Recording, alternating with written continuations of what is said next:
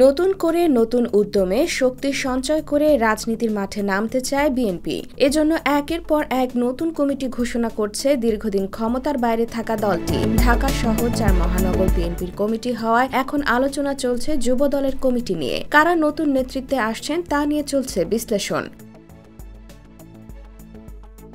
নতুন কমিটি গঠনের তৎপরতায় শীর্ষ পদে আসতে শেষ মুহূর্তে লবিং তদবিরে ব্যস্ত পদপ্রত্যাশীরা। একই সঙ্গে পছন্দের প্রার্থীকে যুব দলে আনতে বিএনপি ও যুব দলের সাবেক নেতারাও চালাচ্ছেন নানামুখী তৎপরতা। ছাত্র দলের পাশাপাশি আন্দোলন সংগ্রামে বিএনপির অন্যতম ভরসার জায়গা যুব দল। তাই আগামীর আন্দোলন সামনে রেখে যুব দলকে নতুন করে সাজানোর উদ্যোগ নিয়েছেন বিএনপির হাইকমান্ড।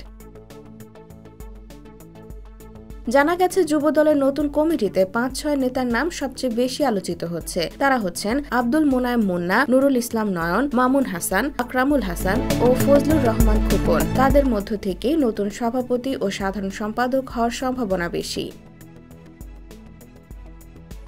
বিদায়ী কমিটির সহসভাপতি নুরুল ইসলাম নয়ন নতুন কমিটির সভাপতি কিংবা সাধারণ সম্পাদক পদের যে কোনোটিতে আসতে পারেন। ছাত্রদল ও যুব দলের দীর্ঘ ক্যারিয়ার রয়েছে ঢাকা বিশ্ববিদ্যালয়ের সাবেক এই শিক্ষার্থীর।